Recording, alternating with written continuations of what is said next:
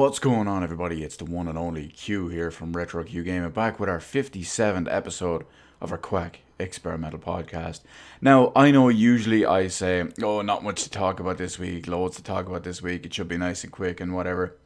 But, well, frankly, based on what I'm looking at here in front of me, this is really going to be the shortest one ever. Now, typically, if I only have one or two things to talk about, I'll usually just let it roll over and do a double week, but this isn't enough, or it's not small enough to justify doing that, but it's by certainly no means our biggest one.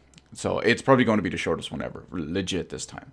I believe our shortest record is something like 28 minutes, but we can probably break that today without even trying.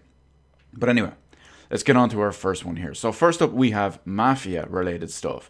Now, if you're not familiar with Mafia, it's basically, most people call it a GTA clone, if you will. Depends on how you want to look at it. I loved original Mafia back on the PC way back in the day, not that awful PS2 port. But then there was Mafia 2, which wasn't really as good. I played a demo of it and it didn't interest me. And there's Mafia 3 as well, which I had no interest in whatsoever. But kind of out of nowhere, although depends if you want to count it out of nowhere. Recently there was a kind of a trademark filed and all that as well, and no one knew what it was to do with or anything. Some people speculated it was just to keep the IP and renew the license, but you need to do that every 10 years in order to do so, whereas the timing was not matching up with that. But it looks like we find out now why they renewed the license and what they filed for and all as well. So it looks like, well, not looks like, but a Mafia Trilogy has been teased. Now, when it comes to the tease and all for the moment, we don't have a huge amount of details just yet, but it looks like the announcement is coming up in just a few days on May 19th. Now, strangely enough, because it's a trilogy, and they are calling it the Mafia Remaster Trilogy, I believe, or maybe it's just Mafia Trilogy. But I doubt the third game is remastered, if you will.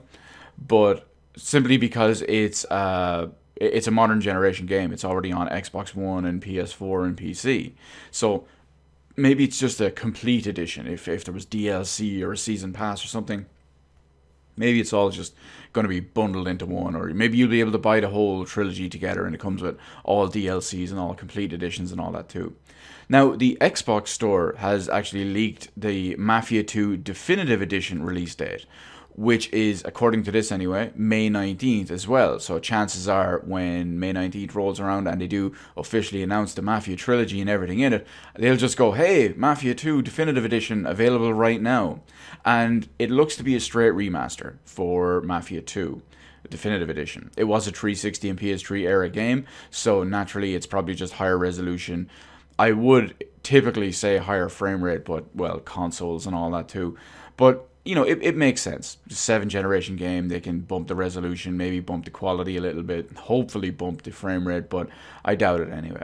I am probably not interested in this at all. I'm not interested in Mafia 2 Definitive Edition. I'm not interested in whatever they do with Mafia 3.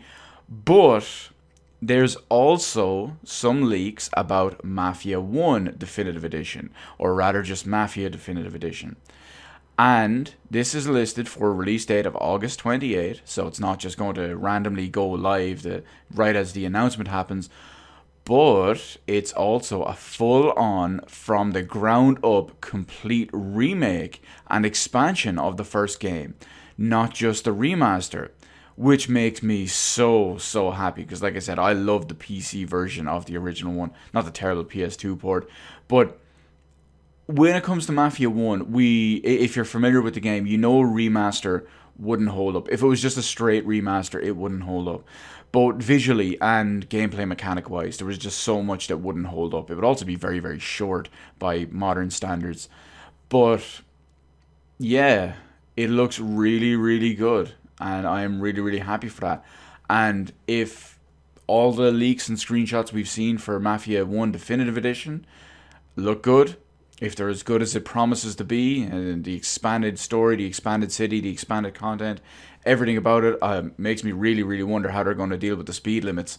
Is that something modern people could deal with? I don't know just yet.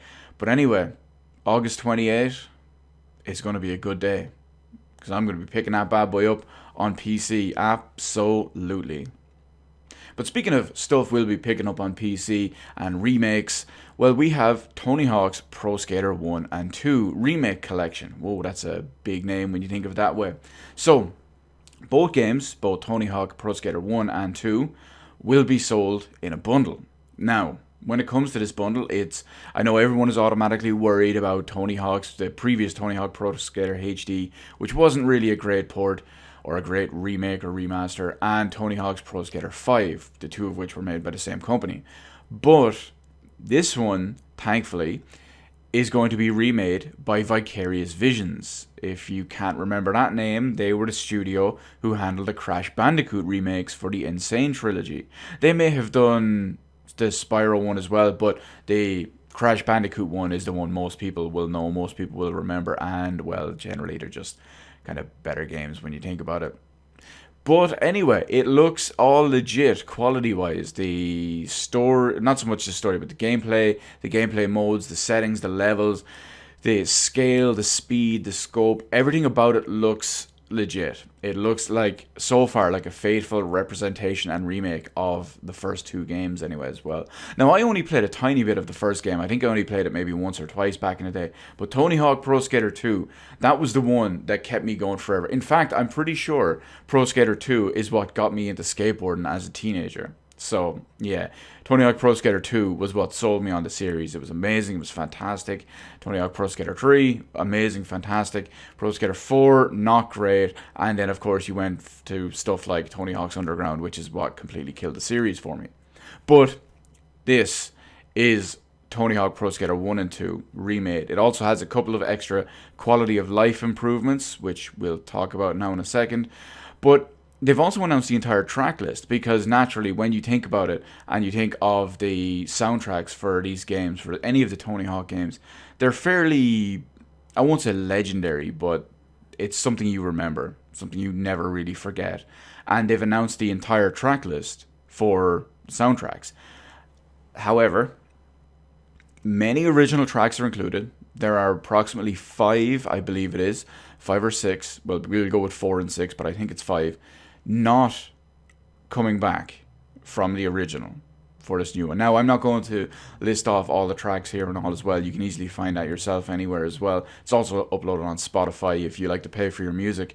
But anyway, well, I should say if you like to pay for your music with no concept of ownership. But it sounds to me, with the way they're wording it and the way they're doing the whole thing, like it will be using one full soundtrack across both games, instead of splitting it half up for Tony Hawk 1, just like the old one, Tony Hawk 2, just like the old one. But I could be wrong, it could be split up half and half, but it also just sounds like they're using the full soundtrack for both games. Maybe they'll have both options, the one where you can just use the entire soundtrack for both games, or maybe you can just go original, Tony Hawk 1 soundtrack, original Tony Hawk 2 soundtrack, and all on there as well. Not sure on that one whole just yet. Launching on September 4th on Xbox One, PS4, and PC. Lol, no Switch, because of course not. Sadly, on PC it is Epic Store exclusive, which means it will be cracked a few hours after launch. So, hey, you want to save me some money till it comes to Steam? You do you. But anyway, I'm super hyped for that. I can't wait. It's going to have online support if you don't do what I'm doing, and you'll be able to do the Create a Skater stuff. It will be expanded. You can do much more in regards to the likes of the park creator, skate park creator, level creator, and that can be shared online and all as well. And remember when I mentioned quality of life improvements? Because it's very hard to take a step back for certain games. Generally with Tony Hawk's 1 to 4, you can remember certain tricks, you can remember certain moves, you can remember certain stuff, but you don't necessarily always remember correctly which one and which game they were in, which one they came into the series in, and it can be a little bit of a mindfuck. So what they've done is they've taken a lot of the more popular tricks from the likes of Tony Hawk's 3 and 4, and they've ported them into 1 and 2. So they'll be able to do some of the more popular stuff, some of the newer stuff that you're more familiar with, but you may have mixed up exactly where they came in. And probably most importantly, they've included the revert. That's right, they included the revert. So you can hit a half pipe, do your 900, whatever you want to do, and then hit the revert as you land and continue on your combo. Because that's a big quality of life improvement that many people probably forget. But speaking of old stuff making a comeback, we do have new Paper Mario. Now, this one is really weird because it's going to be called Paper Mario the Origami King. Naturally, it's coming to Nintendo Switch, and it was just announced completely out of nowhere a few days ago, and it's going to be releasing on July 17th. So, just 2 months prior to launch is when we first ever hear about this game. This first party Nintendo game at that. Now, it looks to be returning closer to the original style. I'm not going to completely say it looks to be returning to the original style, but it looks to be returning closer to the original style, which makes a bit more sense considering when you look along the lines of the. Some people consider the Paper Mario ones like Color Splash and Paper Jam and Mario and Luigi Bowser's Dreams or whatever the hell it is, Inside Bowser, whatever that stuff is. Some people consider that the continuation of the Paper Mario series after the likes of the GameCube and the Wii. But typically those games, not the GameCube and the Wii ones, the handheld ones, were meh. In fact, the studio who makes them has gone out of business. So that will tell you all about that. Now, since this one does look to be going back closer to the original console style ones, but not all the way, they have shown off a little bit of combat, and it's using a very strange ring-based system.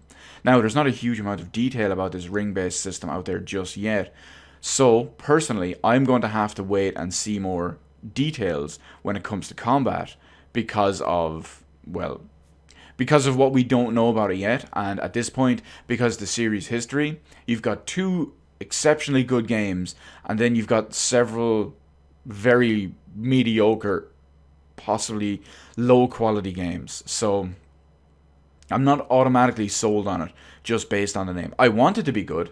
I want it to be a return to form, and I would be more than happy to buy it if the combat and everything we know about it turns out to be appealing to me. I have to wait to see just yet. However, this does have one extra knock-on effect. It links back to a rumor earlier on in the year where they mentioned that the Paper Mario series would be coming back in a new way, shape, and form, and this would make way for a lot of the remasters of the old games, the old Mario games, the 3D Mario games, like Mario 64, Mario Sunshine, Mario Galaxy 1 and 2, maybe even a port of Super Mario 3D World, and stuff like Paper Mario, The Thousand Year Door, and what was the other one? The GameCube and Wii games. But it could be a port, way to bring both of them over. Use this to drum people up and get people familiar with it. And then, hey, release a collection of the two remasters. Or a collection of the 4 or 5. Well, they wouldn't include the Wii U one. They'd sell that full price separately. Include the 4 old Mario games, the 3D Mario games, as an anniversary collection. And then you've got maybe the Paper Mario collection with just the 2 games. So we have to wait and see. It does lend a little bit of credence to that, but a broken clock is right twice a day. Unless it's a digital one, then it's right once a day. But yeah, you see my point. But speaking of stuff always being right, well, we'll always go with Nvidia because, well, why would you buy an AMD GPU? But we have a little bit to talk about. Not a huge amount, just a little bit. It's relating to Nvidia's GTC, which was their event, which was earlier this week on Thursday. Now, this is all about their new Ampere architecture, which we already knew and all as well.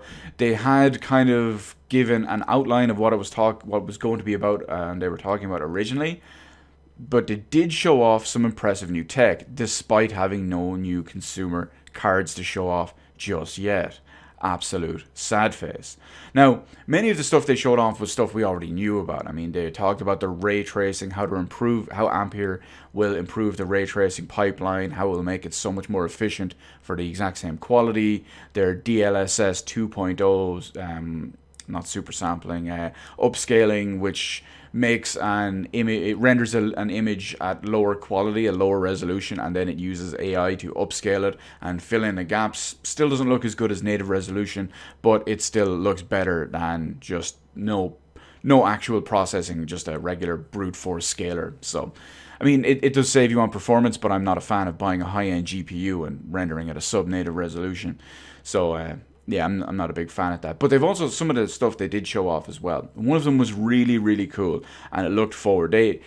They worded it in a way to make it seem really appealing, at least anyway, to the current climate with the whole work from home thing and all as well. Now, I realize that going forward, it would be nice to have this in place, just in case something like this happens, but it would also be very useful for even for people in the same building, or even for people just working remotely working together from different offices in different countries and different time zones and whatever around the world.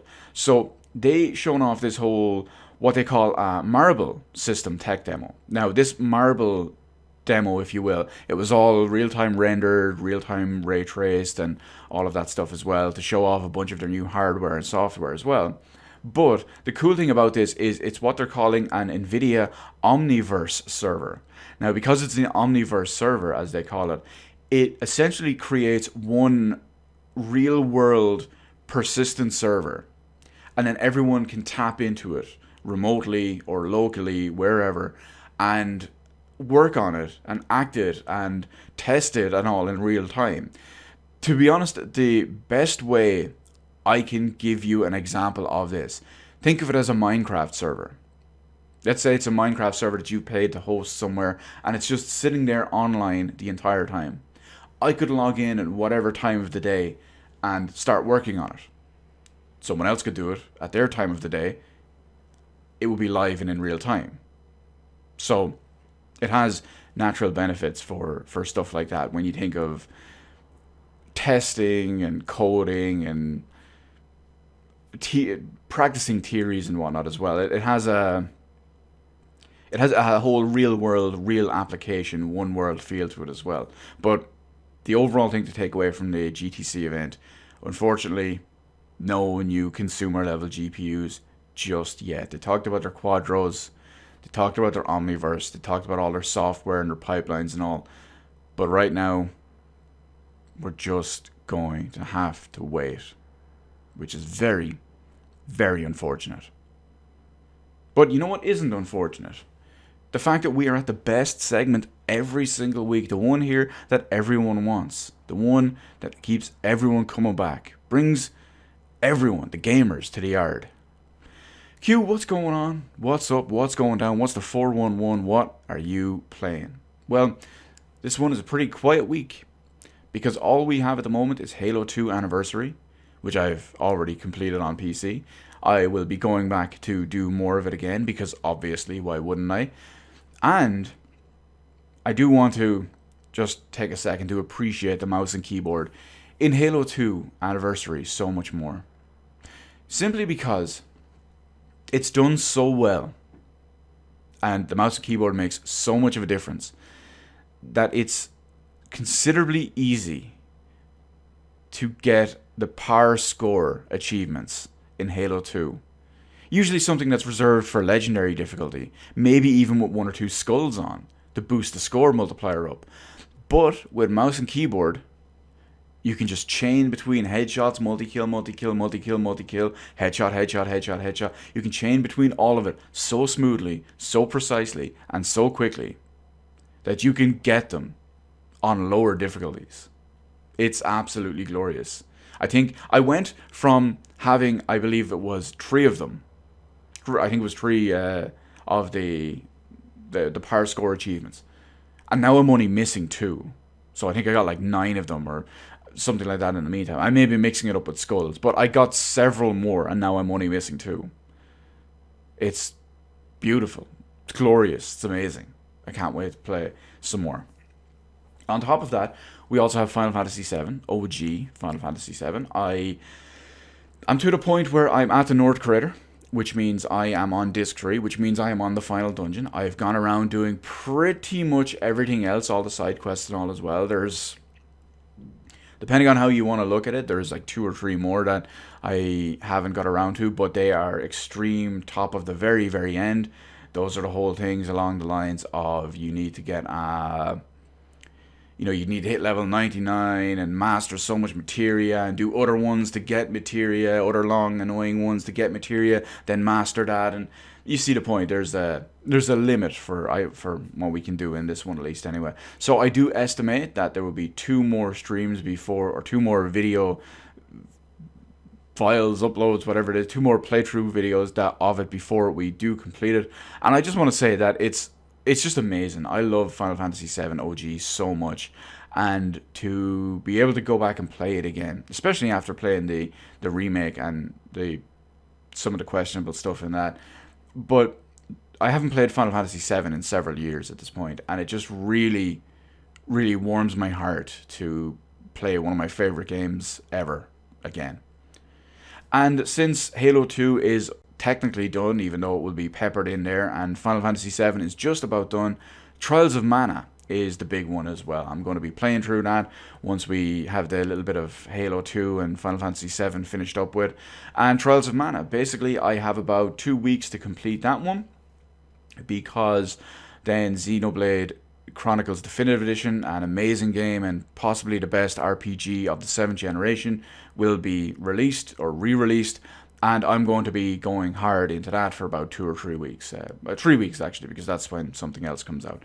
But yeah, that's going to be big. Unfortunately, I will have less time to do all of that, simply because, as of tomorrow, I have to go back to work.